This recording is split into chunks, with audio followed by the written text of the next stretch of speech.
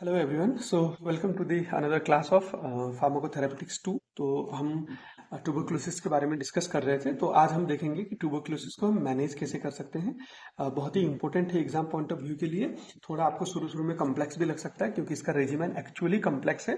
तो अब मैं पहले ही बोलना चाहूँगा, आप थोड़ा ध्यान देके आज के टॉपिक को देखिए ताकि आपको कोई भी कन्फ्यूजन ना रहे। अगर हम ट्यूबरक्लोसिस को मैनेज करना चाहते हैं तो सबसे पहले हमारे गोल क्या होने चाहिए ट्यूबरक्लोसिस को, है ना। जो बेसिलरी लोड है, जो एक्टिव ट्यूबरक्लोसिस है, उसके लोड को कम करके जो इसके सिम्टम है उसको कम करना है। इसका एक और फायदा क्या है, जैसे हम इसके लोड को कम कर देंगे तो जो इसका कंटेजियसनेस है, जो ये ट्रांसमिट होता है एक आदमी से दूसरे आदमी में, वो भी एकदम से कम हो जाता है ना। तो इसकी वजह से क्या होगा, ट्रांसमिट भी प्रिवेंट हो जाएगा। फिर आता है अचीव स्टरलाइजेशन। स्टरलाइजेशन मतलब क्या होता है कि जो ये लेटेंट फॉर्म में बेसिला है ना, हमने कल पैथोफिजियोलॉजी में देखा था कि जो बैक्टीरिया है वो लेटेंट फॉर्म पे छुप जाते हैं, तो उनको भी मारना हमारा टारगेट है। या तो फिर क्या होगा कि जैसे हम थेरेपी बंद करेंगे, ये जो डोरमेंट स्टेज है ये फिर से एक्टिवेट स्टेज में, वेजिटेशन स्टेज में आ जाएंगे और फिर से री इन्फेक्शन कर देंगे। तो इनको भी मारना हमारा गोल रहता है। एंड प्रिवेंट रिलैप्स, है ना, बार बार ट्यूबरक्लोसिस ना हो। इसका मतलब क्या है कि डोरमेंसी अच्छे से अचीव करना है एंड अवॉइड द रेसिस्टेंस। अगर हम इसको नहीं कर पाते हैं तो यही बैक्टीरिया एंटी ट्यूबरकुलर ड्रग से क्या कर देंगे, रेसिस्टेंस डेवलप कर देंगे और उसको ट्रीट करने में बहुत ही दिक्कत आने वाली है ना। तो बाकी हर डिजीज की तरह हम इसके पहले नॉन फार्माकोलॉजिकल मेजर्स देखेंगे कि हम ट्यूबरकुलोसिस में क्या कर सकते हैं। न्यूट्रिशनल सपोर्ट लेना है क्योंकि आदमी को न्यूट्रिशन नहीं मिल रहा है, वेट लॉस हो रहा है, एनोरेक्सिया हो रहा है। तो यहाँ पे हाई प्रोटीन डाइट, है ना, high calorie intake, high micro nutrients और हाई अमाउंट्स ऑफ विटामिन लेने की जरूरत है। खाना इंप्रूव करना जरूरत है। ऐसे ही infection control by wearing the mask. अगर हम ऐसे ओवर क्राउडिंग वाले रीजन पे जा रहे हैं, स्लम एरिया पे जा रहे हैं जहाँ पे ट्यूबरकुलोसिस का बर्डन ज्यादा है, तो वहां पे हमको सही तरीके से मास्क पहनना चाहिए, है ना। घर का प्रॉपर वेंटिलेशन रखना चाहिए क्यों, ताकि ये जो माइक्रो ऑर्गेनिज्म है ये अगर रिलीज भी हो रहे तो ये घर से बाहर चले जाए। और अगर हमको डाउट है और ऐसा एरिया नहीं है तो हम आदमी को आइसोलेट कर सकते हैं, है ना। और ऐसे पब्लिक हेल्थ मेजर्स कर सकते हैं, जैसे कांटेक्ट ट्रेसिंग है ना। अगर किसी को ट्यूबरकुलोसिस हुआ है तो उसको कहाँ से आया था, उसका कांटेक्ट किसके साथ हुआ था, तो हम उसका जो पिछला सोर्स था उसको भी हम ट्रेस कर सकते हैं। ये पब्लिक हेल्थ में बहुत इंपॉर्टेंट मेजर्स है कॉन्टेजियस डिजीज को कंटेन करने के लिए। ऐसे ही स्क्रीनिंग प्रोग्राम कर सकते हैं हम, है ना। मास में ट्यूबरकुलोसिस की स्क्रीनिंग कर सकते हैं। अगर किसी को इनिशियल फेज में भी ट्यूबरकुलोसिस देखने को मिल रहा है तो उसको हम प्रॉपर एंटी ट्यूबरकुलर थेरेपी देके उसको स्टॉप कर सकते हैं। जो इसका एक ट्रांसमिशन का चेन होता है उसको ब्रेक कर सकते हैं, है ना। बचपन में पैदा होते ही जो सबसे पहला वैक्सीनेशन लगता है वो है बीसीजी, है ना, बैसिलस कैलामिटी ग्यूरिन बोलते हैं इसको। तो ये ट्यूबरकुलोसिस के लिए वैक्सीन है और आज के डेट में तो ये मैंडेटरी है ना। एक्सपेंडेड प्रोग्राम इन इम्यूनाइजेशन बोल के ईपीआई जो चलता है उसमें गवर्नमेंट ऑफ इंडिया, है ना, ऐसे ही साउथ एशियन के सारे ही कंट्री ने एक क्या बोलते हैं एक्सक्लूसिव कैंपेन चला के रखा है जिसमें जो बीसीजी है वो मैंडेटरी है। तो बीसीजी में बेसिकली क्या होता है कि टीबी के अगेंस्ट में ये एक वैक्सीन है जो, है ना, हमारी जो बॉडी में इम्यून सिस्टम है वो टीबी के एंटीजन के अगेंस्ट में एक्टिवेट कर देता है और फ्यूचर में कोई भी टीबी का माइक्रोऑर्गेनिज्म आए तो उसको मारने में हेल्प करता है। Personal hygiene and positive behaviour, है ना। पर्सनल हाइजीन करेंगे तो इसका ट्रांसमिशन जो है वो कम हो जाएगा। ये तो ऑब्वियस चीजें हैं और ये चीजें बहुत इन्फॉर्म्ड भी है हमने, क्योंकि हमने रिसेंटली कोविड-19 देखा, उसमें ये सारी चीजें लागू होती थी।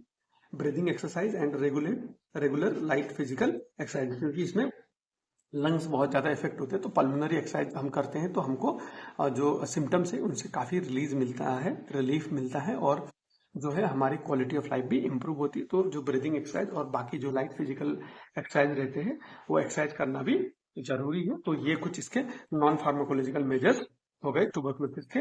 ऐसे ही हम आगे देखेंगे कि हमारे पास फार्माकोलॉजिकल मेजर्स में क्या क्या ऑप्शन है। फार्माकोलॉजिकल मेजर्स मतलब जहाँ पे हम ड्रग्स को यूज कर रहे हैं। तो सबसे पहले तो ये जो हम इसमें फार्माकोलॉजी यूज करते हैं, जो ड्रग्स यूज करते हैं उसके प्रिंसिपल क्या है, हम उसको किस तरीके से यूज करते हैं वो हमको समझना बहुत ही जरूरी है। क्योंकि मैंने पहले ही फर्स्ट क्लास में बोला था कि जो टीबी का माइक्रो ऑर्गेनिज्म है वो बहुत ही रोबस्ट माइक्रो ऑर्गेनिज्म है, इसको मारना उतना ही चैलेंजिंग है। तो हमको एक स्ट्रेटेजी लगती है, तो वो स्ट्रेटेजी क्या है उसको हम प्रिंसिपल में देखेंगे। तो एंटी ट्यूबरकुलर थेरेपी की जो प्रिंसिपल है या जो स्ट्रेटेजी है वो क्या है कि हम एक ही साथ में मल्टीपल ड्रग्स यूज करते हैं ताकि जो ड्रग है वो रेसिस्टेंस ना हो पाए, है ना। लॉन्ग ड्यूरेशन लगता है, मिनिमम 6 महीने तो लगते ही है आज के डेट में भी, है ना। फिर भी आज के लेटेस्ट में कुछ 4 महीने की गाइडलाइन भी है, हाउएवर जो 6 महीने का है वो सबसे वाइडली एक्सेप्टेड है। Medication adherence is key to success, that's why DOTS therapy आज भी उतनी ही कारगर है। डॉट्स का मतलब होता है direct observation treatment short course, है ना। हमारे सामने ही हम आदमी को ड्रग देते हैं, दवाई देते हैं, और वो हमारे सामने ही उस ड्रग को खा के घर जाता है, फिर सेकंड डोज खाने के लिए सामने आता है, फिर वो ड्रग खा के फिर घर जाता है। इसको हम बोलते हैं डॉट्स, ताकि आदमी कोई भी दवाई लेना ना छोड़े। अगर वो नहीं आ रहा है तो हमको उसको कॉल करना पड़ेगा, ढूंढना पड़ेगा, उसको दवाई देनी पड़ेगी, क्योंकि अगर एक दो डोज भी छूट जाते हैं तो फिर ये बैक्टीरिया जो है इतना स्ट्रांग है कि ये रेसिस्टेंस डेवलप कर लेता है, और जो ट्रीटमेंट फेलियर होने के चांसेस होते हैं वो ज़्यादा होते हैं। अगर हमने दवाई तो दे दिया है, 6 महीने तक आदमी भूल जाता है, नेग्लिजेंस कर देता है, सिम्टम कम हो जाती है तो आदमी जनरली रिलैक्स हो जाता है, तो ऐसे केसेज में जो बाद में मल्टीपल ड्रग रेजिस्टेंस है वो होने के चांसेस बढ़ जाते हैं। इसीलिए हम अपने सामने ही ड्रग देके उसको इंश्योर करते हैं कि आदमी ने प्रॉपर ड्रग को लिया हुआ है। तो ये कुछ इसके स्ट्रेटेजी हो गए। स्ट्रेटेजी, फर्स्ट स्ट्रेटेजी क्या है, हम मल्टीपली बहुत सारे ड्रग एक ही बार में यूज करेंगे ताकि ड्रग रेसिस्टेंस ना हो और लंबे समय तक चलता है। तो हम डॉट्स को अपनाएंगे ताकि जो आदमी है वो हमारे सामने ही ड्रग खा के जाए, है ना। तो इसमें जो एंटी ट्यूबरकुलर ड्रग है, उसमें जो फर्स्ट लाइन ड्रग है, फर्स्ट लाइन ड्रग में जो सबसे पहला ड्रग है वो है आइसोनियाजाइड। बहुत अच्छा ड्रग है, इसकी अच्छी पेनिट्रेशन है। ये क्या करता है, ये आराम से बेसिलाई के अंदर में चले जाता है, माइकोलिक एसिड को भी इनहिबिट करता है। इसको हम आइसोनियाजाइड को anti tubercular drug with the par excellence बोलते हैं। बहुत ही एक्सलेंट ड्रग है, फर्स्ट लाइन ड्रग है। इसको हम 5 mg पर केजी पर डे के डोज में देते हैं। यूजुअली एक दिन में 300 mg देते हैं। अगर नॉर्मल इंडिविजुअल है 60 से 70 केजी का, तो उसमें हम 300 mg का जो डोज है वो देते हैं। इसको हम शॉर्ट में एच भी लिखते हैं। आइसोनियाजाइड को हम क्या लिखते हैं, एच। ये बहुत जरूरी है रेजिमेन में, आगे आपको समझ में आएगा। It inhibits the mycolic acid synthesis. जो बैक्टीरिया है ट्यूबरकुलोसिस का, उसमें जो माइकोलिक एसिड रहता है उसके सिंथेसिस को ब्लॉक कर देता है। तो जो ये बैक्टीरिया है ना, ये बैक्टीरिया जो स्ट्रांग था माइकोलिक एसिड की वजह से, अब वो धीरे धीरे वीक होना चालू होता है ना। तो जो इसका सेल वॉल है वो अब कमजोर हो जाएगा, ताकि जो बाकी एंटीबायोटिक है वो इसको आराम से मार सके। It is a prodrug and it activated by Kat G enzyme, है ना। हमारे बॉडी में एक कैट जी इंजाइम रहता है, तो उस इंजाइम पे ये क्या रहता है, उसको एक्टिवेट कर देता है, किसको, आइसोनियाजाइड ड्रग को, ताकि ये माइकोलिक एसिड सिंथेसिस को कम कर दे। Highly active against the rapidly dividing mycobacterium tuberculosis. हर ड्रग की अपनी अपनी स्पेशलिटी है। तो जो एकदम विरुलेंट बैक्टीरिया है, जो एक्टिवेट स्टेज में, जो हमारे बॉडी में इन्फेक्शन कॉज कर रहा है, एक्टिव टीबी कर रहा है, वो टाइप के बैक्टीरिया को ये जो ड्रग है आइसोनियाजाइड है, ये एकदम से टारगेट करता है और उनको एकदम धड़ाधड़ से उनका जो माइकोलिक एसिड है वो सिंथेसिस को कम कर देता है और उनको मारना चालू करता है। कौन सी बैक्टीरिया को, जो एकदम एक्टिव फॉर्म में है। इसके सिग्निफिकेंट एडीआर है सारे एंटी ट्यूबरकुलर ड्रग के, क्योंकि हम इसको लंबे समय तक ले रहे हैं, 4-6 महीने तक, है ना। हेपेटोटॉक्सिसिटी हो सकता है, जिसमें AST ALT का लेवल बढ़ा हुआ है। पेरिफेरल न्यूरोपैथी बहुत ही इंपॉर्टेंट है due to the pyridoxine deficiency. इसीलिए हम हर एंटी ट्यूबरकुलर थेरेपी वाले पेशेंट को विटामिन का सप्लीमेंटेशन देते हैं, स्पेशली विटामिन B6 का, क्योंकि यहाँ पे जो आइसोनियाजाइड है ये पायरिडॉक्सिन को ब्लॉक कर देता है बैक्टीरिया में भी और ह्यूमन बॉडी में भी। तो आदमी को विटामिन की डिफिशियंसी होती है, तो हम विटामिन सप्लीमेंट आदमी को देते रहते हैं, राइट। तो ये जो अपना आइसोनियाजाइड है ये क्या कर रहा है, ये rapidly growing active Mycobacterium tuberculosis को मार रहा है। ऐसे जो हमारा दूसरा ड्रग है वो है रिफाम्पिसिन। ये हम हायर डोज में देते हैं, 10 mg पर केजी पर डे, यूजुअली 450 या 600 mg पर डे, है ना। आदमी का बॉडी वेट कितना है उसमें डिपेंड करता है। It inhibits the DNA dependent RNA polymerase enzyme and block the RNA synthesis in the tuberculoid bacteria. जो आइसोनियाजाइड था वो सेल वॉल को टारगेट कर रहा था, ये जो है ये प्रोटीन सिंथेसिस को टारगेट करता है, RNA सिंथेसिस को टारगेट करता है ना। तो माइकोबैक्टीरियम ट्यूबरकुलोसिस जो एक्टिव है उनको तो टारगेट करता ही है, इनके साथ साथ में जो और ग्राम पॉजिटिव है बाकी और डिजीज में भी, इसीलिए हम काफी और डिजीज में भी रिफाम्पिसिन को यूज करते हैं, वहां पे भी इसकी अच्छी इफिकेसी है। इसके भी पोटेंट साइड इफेक्ट है। जो इसका सबसे पोटेंट है हेपेटोटॉक्सिसिटी होता है वो है ऑरेंज रेड डिस्कलरेशन। ये लेने के बाद आदमी का जो यूरिन का कलर है ना वो थोड़ा ऑरेंज टाइप का हो जाता है, तो आदमी जनरली घबरा जाता है कि ब्लड आ रहा है। तो हमको आदमी को पहले काउंसिल करना चाहिए कि ऐसा हो सकता है, उसमें कोई भी डरने की बात नहीं है, राइट। और ये पोटेंट इंजाइम इंड्यूसर है, हमारे बॉडी में जो है इंजाइम को इंडक्शन कराता है, तो इसके ड्रग इंट्रैक्शंस होने के चांसेस भी बढ़ जाते हैं। जैसे कोई एंटी रेट्रोवायरल थेरेपी में HIV का, या फिर कोई ओरल कॉन्ट्रासेप्टिव पिल्स ले रहा है, तो ऐसे में अगर हम रिफाम्पिसिन ले रहे हैं तो वहां पे ड्रग इंट्रैक्शन होने के चांसेस एकदम सही रहते हैं, राइट। तो जो रिफाम्पिसिन है वो क्या कर रहा है, वो basically active form of bacteria को जो है टारगेट कर रहा है, और जो ट्यूबरकुलेट फॉर्म के बैक्टीरिया है उनको भी टारगेट कर रहा है, जो डॉर्मेंसी में है उनको भी टारगेट कर रहा है। तो ऐसे हमारा जो तीसरा, और इसको हम आर से रिजेंबल करते हैं। जो हमारा तीसरा ड्रग है वो है पायरिजिनामाइड, जिसको हम जेड से रिजेंबल करते हैं। ये और ज्यादा हायर डोज में है, 20 से 25 mg पर केजी पर डे है ना। तो यूजुअली ये 1 ग्राम से लेकर 1200 mg तक हर दिन में दिया जा सकता है। It is converted into the pyrazinoic acid. तो जो पायराजिनामाइड है ये पायराजिनामिक एसिड में होता है, जो क्या करता है कि मेम्ब्रेन है, बैक्टीरियल मेम्ब्रेन है ट्यूबरकुलोसिस में, उसको रप्चर करता है ना। तो जो एसिडिक पीएच है अपना है ना, मैक्रोफेज के अंदर में जो बैक्टीरिया है ये उसको ज्यादा टारगेट करता है, क्योंकि बैक्टीरिया वहां पे वैसे ही कमजोर है मैक्रोफेज के अंदर में। तो ये मैक्रोफेज के अंदर में आराम से पेनिट्रेट करता है, और उसके अंदर में जो डोरमेंट बैक्टीरिया है, जो केसियस फॉर्मेशन कर रहे हैं, जो ग्रेनुलोमा फॉर्मेशन कर रहे हैं, उनको किल करने में हेल्प करता है। It covers semi dormant bacilli है ना। तो जो डोरमेंट है वो रिफाम्पिसिन कवर कर रहा है, एक्टिव जो है वो आइसोनियाजाइड कवर कर रहा है। जो सेमी डोरमेंट है एसिडिक इन्वायरमेंट में, मतलब मैक्रोफेज के अंदर में, उनको पायरिजिनामाइड टारगेट कर रहा है। ये हमारी एक स्ट्रेटेजी के तहत हम काम कर रहे हैं, इसलिए हमने इसमें प्रिंसिपल की बातें करी थी। इसके जो एडीआर्स है वो है हेपेटोटॉक्सिसिटी, हाइपर यूरिसेमिया, मतलब यूरिक एसिड बढ़ जाता है, और जो गॉट और अल्सरालजिया वाले पेशेंट है उनमें और ज्यादा दिक्कतें देखने को मिलती है। जो इसमें चौथा ड्रग है वो है इथाम्बुटोल, जिसको हम ई से भी डेजिग्नेट करते हैं। 15 से 20 mg पर केजी पर डे के डोज में हम इसको दे सकते हैं। It inhibits the arabinosyl transferase enzyme है ना। ये एंजाइम क्या करता है कि जो ट्यूबरकुलोसिस बैक्टीरिया का जो सेल वॉल है उसको सिंथेसिस करने में हेल्प करता है ना। एक तो माइकोलिक एसिड नहीं है, ऊपर से हम इसका जो अराबिनोइल ट्रांसफरेज एंजाइम है इसको भी ब्लॉक कर देंगे, तो जो बैक्टीरिया का सेल वॉल फॉर्मेशन हो रहा है वो बहुत ही कमजोर हो रहा है। तो ये जो बैक्टीरिया है वो फिर जो रोबस्ट बैक्टीरिया है उससे वीक हो जाता है। इट इज बैक्टीरियोस्टेटिक है ना, बैक्टीरियल ग्रोथ को स्टॉप कर देता है, and active against the Mycobacterium tuberculosis. इसके कुछ कॉमन एरियाज है। जो सबसे कॉमन है वो है ऑप्टिक न्यूराइटिस, मतलब जो हमारा ऑप्टिक नर्व है उसमें का जो न्यूरॉन्स है उनको इन्फ्लाम कर देता है। ये विजुअल एक्यूटी घटती है। तो लॉन्ग टर्म तक अगर हम इथाम्बुटोल यूज कर रहे हैं तो आदमी को विजन डिफेक्ट आ सकते हैं। ऐसे रेड ग्रीन कलर की ब्लाइंडनेस भी हो सकती है। तो इथाम्बुटोल के जो है वो है ऑकुलर रिलेटेड साइड इफेक्ट्स।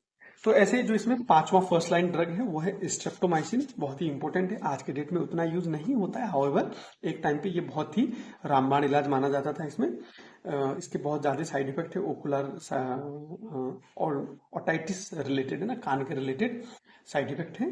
तो हम इसको कॉमनली यूज नहीं करते, और ये जो प्रेगनेंसी है उसमें भी इसके काफी टेराटोजेनिक इफेक्ट है, तो इसीलिए हम इसको एकदम ध्यान से ही यूज करते हैं। डोज कितना है? 15 mg पर केजी IM डेली दे सकते हैं। Belong to the category of aminoglycosides, antibiotics है ना, and it inhibits the protein synthesis है ना। जैसे बाकी जो अमाइनोग्लाइकोसाइड रहते हैं ना वो क्या करते हैं, जो राइबोसोम्स रहते हैं, राइबोसोम में 30S और 50S सब यूनिट रहते हैं, जो क्या करते हैं, प्रोटीन सिंथेसिस करने में हेल्प करते हैं बैक्टीरिया में। ये 30S सब यूनिट में जाके उनको ब्लॉक कर देते हैं, जिसकी वजह से जो है बैक्टीरियल प्रोटीन नहीं बनता है, और बैक्टीरिया जो है ग्रो नहीं कर पाता है, और बैक्टीरिया धीरे धीरे मर जाता है। It is active against the extra cellular tuberculosis bacilli है ना। ADRs are vestibular and cochlear toxicity, मतलब जो हमारे कान है उसको इंजरी होती है, जिसको हम कॉमनली ओटोटॉक्सिसिटी भी बोलते हैं। किडनी को भी डैमेज करता है, अमाइनोग्लाइकोसाइड है, and it's contraindicated in the pregnancy, क्योंकि इसके अपने ही टेराटोजेनिक इफेक्ट है। तो ये हमको एकदम से ध्यान देना है। और इसको हम कैसे कॉम्बिनेशन में यूज करना है, ये आता है NTEP गाइडलाइन पे, जिसको हम रिवाइज्ड RNTCP गाइडलाइन भी बोलते हैं है ना। नेशनल ट्यूबरकुलोसिस इरेडिकेशन प्रोग्राम है जो हम, जिसको हम NTEP बोलते हैं, या फिर इसको हम रिवाइज्ड RNTC बोले तो revised national tuberculosis control programme बोल के ये था। इसको अभी हमने जो लेटेस्ट है उसको NTEP में कन्वर्ट कर दिया है। जो इसके रेजिमेंट में है इंटेंसिव थेरेपी है। इंटेंसिव थेरेपी में हम क्या करें, HRGE आइसोनियाजाइड, रिफाम्पिसिन, पायराजिनामाइड और इथाम्बुटोल कंटिन्यूसली 2 महीने के लिए दे रहे हैं, और फिर उसके बाद हम 4 महीने में HR दे रहे हैं, मतलब आइसोनियाजाइड और रिफाम्पिसिन दे रहे हैं, पायराजिनामाइड और इथाम्बुटोल को स्टॉप कर देते हैं अगले 4 महीने तक। तो ये जो 6 महीने की थेरेपी, ये करेंटली थेरेपी है, ये 2025 में एनटीईपी ने ये वाली थेरेपी निकाली है, राइट। और इसकी एक शॉर्टर अल्टरनेटिव भी निकाला है अगर सेंसिटिव टाइप का बैक्टीरिया है। हाँ, अगर ट्यूबरकुलोसिस सेंसिटिव है, ये एमडीआर पे नहीं एप्लीकेबल है और एक्सडीआर पे नहीं एप्लीकेबल है, तो इसमें शॉर्टर ड्यूरेशन वाली जो है इसमें हम क्या करेंगे, एचआर मतलब आइसोनियाजाइड और rifampicin along with the moxifloxacin and pyrazinamide, ये 4 का कॉम्बिनेशन देंगे। पूरे 4 महीने तक कंटिन्यूसली यही कॉम्बिनेशन देंगे और ये क्या होगा, अच्छा रिजल्ट आएगा। और क्योंकि शॉर्ट ड्यूरेशन के लिए तो एडेरेंस भी हमको अच्छा देखने को मिलता है। मगर यहाँ पे एक ही शर्त क्या है कि ये हम सेंसिटिव वाले बैक्टीरिया में ही दे सकते हैं, एमडीआर और एक्सडीआर में ये एप्लीकेबल नहीं है। होप ये जो है ये आपको समझ में आ गया होगा। ऐसे ही जो हमारा एमडीआर टीबी है, ये तो शॉर्ट ड्यूरेशन हो गया सेंसिटिव टीबी के लिए। अब जो एमडीआर टीबी है, मल्टीपल ड्रग रेसिस्टेंस टीबी है, उसमें हम क्या देते हैं, उसमें हम फ्लोरोक्विनोलोन्स देते हैं, जैसे लिवोफ्लोक्सासिन हो गया 750 से 1 ग्राम तक, है ना, जो ये और या फिर मॉक्सीफ्लोक्सासिन 400 mg पर केजी दे सकते हैं। तो ये जो फ्लोरोक्विनोलोन है ये क्या करता है, डीएनए गायरेज एंजाइम को ब्लॉक कर देता है बैक्टीरिया में। और जैसे ह्यूमन में टोपोआइसोमरेज 2 रहता है, ऐसे बैक्टीरिया में टोपोआइसोमरेज 4 और डीएनए गायरेज एंजाइम रहता है। बेसिकली ना मैंने एक जीन में एक प्रोटीन सिंथेसिस बोल के एक मैंने एक्सप्लेन किया हुआ है एचएपी वाले वीडियो में। एचएपी 2 में अगर आप जाके देखोगे ना, प्रोटीन सिंथेसिस बोल के मैंने एक वीडियो डाला है, आप वहां पे देख सकते हो कि प्रोटीन सिंथेसिस कैसे होते हैं। बेसिकली जब बैक्टीरिया को मल्टीप्लाई करना होता है या फिर कोई भी प्रोटीन सिंथेसाइज करना होता है, तो ये जो बैक्टीरिया के डीएनए होते हैं ना, ये क्या करते हैं कि ये डीएनए तो एक कॉइल्ड स्ट्रक्चर में रहता है ना, बॉल की तरह रहता है, तो वो एकदम से खुल जाता है, अनवाइंडिंग होता है। तो अनवाइंडिंग करने का काम किसका रहता है, डीएनए और या फिर टोपोआइसोमरेज एंजाइम का। और फिर वहां से एक पर्टिकुलर सेक्शन जिसको प्रोटीन बनाना है वो कॉपी हो जाता है और फिर उसके हिसाब से प्रोटीन बनते हैं। तो ये जो वाइंडिंग अनवाइंडिंग का प्रोसेस रहता है उसको कौन रेगुलेट करता है, डीएनए गायरेज और फिर टोपोआइसोमरेज 2 बैक्टीरिया में, तो इनको ब्लॉक कर देता है। तो बेसिकली यहाँ पे इन शॉर्ट क्या होता है कि जो बैक्टीरिया है वो प्रोटीन सिंथेसाइज नहीं कर पाता है, जिसकी वजह से क्या होता है कि बैक्टीरिया की डेथ हो जाती है। These agents covers drug resistance tuberculosis strain, है ना। तो जहां पे ड्रग रेसिस्टेंस है वहां पे हम फ्लोरोक्विनोलोन ऐड करेंगे तो हमको अच्छे रिजल्ट देखने को मिलेंगे। इनके अपने ही एडवर्स ड्रग रिएक्शन से, जैसे क्यूटी प्रोलॉन्गेशन हो जाता है ना, कार्डियक साइकिल्स में इसके इफेक्ट है, and rupture and injury to the tendons and GF cell, specially बच्चों में। तो बच्चों में जनरली हम फ्लोरोक्विनोलोन्स को नहीं यूज करते हैं। ऐसे जो दूसरा ड्रग है वो है बेडाक्विलिन, 400 mg डेली, है ना, 2 हफ्ते के लिए देते हैं। 200 mg 3 टाइम्स पर वीक हम दे सकते हैं। बेडाक्विलिन क्या करता है, जो एटीपी सिंथेज एंजाइम है ना, जो एनर्जी निकालता है इन माइकोबैक्टीरियल ट्यूबरकुलोसिस में, उसको ब्लॉक कर देता है। तो जो उन पे एटीपी है वो नहीं बन पाती है सफिशिएंट अमाउंट में, जिसकी वजह से उनको कंटिन्यूसली एनर्जी नहीं मिलती, बैक्टीरिया वीक हो जाते हैं और बैक्टीरिया कमजोर हो जाते हैं। तो इनका जो रेसिस्टेंस का पैटर्न है वो भी वीक हो जाता है और वो मर जाते हैं, है ना। तो बेडाक्विलिन का भी अपना ही साइड इफेक्ट है, हेपेटोटॉक्सिसिटी एंड प्रोलॉन्गेशन। हमको क्या समझना है, यहाँ से 4 से 6 महीने की जो ट्रीटमेंट जा रही है उसमें कंटिन्यूसली हमको ड्रग लेना है। तो हेपेटोटॉक्सिसिटी और नेफ्रोटॉक्सिसिटी बहुत ही कॉमन रहते हैं इसमें। फिर आते हैं हायर एंटीबायोटिक, रिजर्व एंटीबायोटिक, जैसे लिनेजोलिड 600 mg पर डे। तो ये 50S राइबोसोम में करता है, जैसे स्ट्रेप्टोमाइसिन 30S में कर रहे थे, ये 50S में करते हैं और उसी तरीके से ये प्रोटीन सिंथेसिस को ब्लॉक कर देते हैं। तो जो रेसिस्टेंट स्ट्रेन है उनको भी ये मारने में हेल्प करते हैं। इसके अपने ही कुछ साइड इफेक्ट है, जैसे बोन मैरो सप्रेशन और peripheral neuropathy like optic neuropathy. तो ये चीजें हमको ध्यान में देनी है। फिर उसके बाद में एक और ड्रग है हमारे पास, क्लोफाजिमीन, है ना, जो स्लो ग्रोइंग बैक्टीरिया के अगेंस्ट में इसका भी अच्छा काम है। It binds to the mycobacterial DNA, है ना, ये लेप्रोसी में भी काम करता है और यहाँ ट्यूबी में भी काम करता है, क्योंकि वो भी माइकोबैक्टीरियम स्पीसीज ही है। तो इलेक्ट्रॉन ट्रांसपोर्ट चेन को ब्लॉक करता है, रिएक्टिव ऑक्सीजन स्पीसीज को जनरेट करता है और इनके जो फॉस्फोलिपिड है उसको डिस्टेबिलाइज कर देता है। अल्टीमेटली जो बैक्टीरियल ग्रोथ है उसको इनहिबिट कर देता है। तो जो मल्टीपल ड्रग रेसिस्टेंट ट्यूबरकुलोसिस है वहां पे इसका बहुत ही काम है और ये इसका साइड इफेक्ट जो है वो है स्किन का डिस्कलरेशन करना। ऐसे ही और एक ड्रग है जिसको हम बोलते हैं साइक्लोसेरिन, 250 से लेकर 750 mg हम पर डे में दे सकते हैं। ये सेल वॉल सिंथेसिस को इनहिबिट करता है और बैक्टीरिया को डायरेक्टली मार देता है और ये भी माइकोबैक्टीरियम ट्यूबरकुलोसिस के मल्टीपल ड्रग रेजिस्टेंस उसमें अच्छा इसका काम है, राइट। इसके भी अपने साइड इफेक्ट्स है, जैसे psychiatric side effects like CNS toxicity, depression and साइकोसिस, राइट। तो ये जो ड्रग है, ये ड्रग है हमारे पास ऑप्शंस है ना, जो रेसिस्टेंस ट्यूबरकुलोसिस है उसको कवर करने के लिए। हाउएवर, है ना, इनके फेलियर होने के चांसेस भी इतने ही होते हैं और हम इनको एक विशियस, है ना, कॉम्बिनेशन में ही यूज कर रहे हैं। सिंगल में हम ये ड्रग ट्यूबरकुलोसिस को ट्रीट करने के लिए यूज नहीं करते। ऐसे ही एक आता है डेलामेनिड बोल के 25 से 100 mg तक हम दे सकते हैं। ये बेसिकली माइकोलिक एसिड और उसके डेरिवेटिव को ब्लॉक कर देता है, साथ साथ में रिएक्टिव ऑक्सीजन स्पीसीज को बनाता है और रेसिस्टेंट स्ट्रेन के जो बैक्टीरिया है उनको मारता है। इसके भी कुछ अपने साइड इफेक्ट है। हाउएवर हमने ये जितने भी एडिशनल ड्रग्स पढ़े एमडीआर में या फिर एक्सडीआर में, आज के डेट में भी अगर हम बोलेंगे कि जो एंटी ट्यूबरकुलर ड्रग है वो तो HRZESE है, जिसमें आइसोनियाजाइड, रिफाम्पिसिन, पायरेजिनामाइड, इथाम्बुटॉल एंड स्ट्रेप्टोमाइसिन आते हैं, राइट। ऐसे ही जो नया ड्रग अभी आ रहे हैं एमडीआर के लिए, तो उसमें हमारे पास और भी ड्रग है।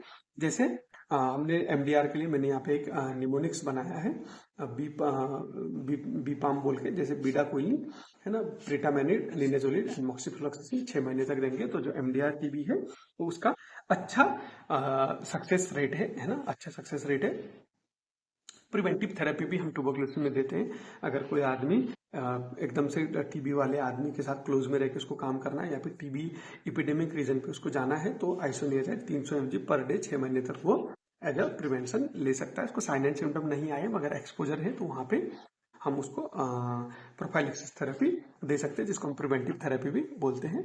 या फिर वीकली आइसोनियाजाइड और रिफाम्पिसिन 3 महीने तक हम दोनों का कॉम्बिनेशन ले सकते हैं। ये कहाँ पे लेते हैं हम प्रिवेंटिव थेरेपी?